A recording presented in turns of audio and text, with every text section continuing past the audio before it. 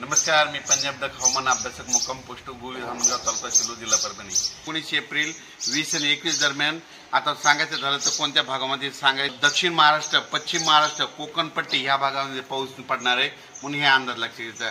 तिकडे पाऊस पडत असल्यामुळे आपल्या महाराष्ट्रामध्ये मराठवाड्यात देखील पाऊस येणार आहे म्हणून हा अंदाज लक्षात घ्यायचा। राज्यात एकंदरीत परिस्थिती बघितली राज्यामध्ये आता म्हणजे 14 ते 21 एप्रिलचा पाऊस हा दक्षिण महाराष्ट्र, पश्चिम महाराष्ट्र आणि कोकण पट्टीमध्ये जास्त पडणार आहे म्हणून हे अंदाज लक्षात घ्यायचा। तिकडे पाऊस असल्यामुळे त्याच्या लगतच बाजूला म्हणजे लातूर, परभणी या भागामध्ये देखील पाऊस पडणार आहे म्हणून हे देखील पाऊस आल्याच्या नंतर परत 2 दिवसांना परत येणार पाऊस हे अंदाज लक्षात घ्यायचा।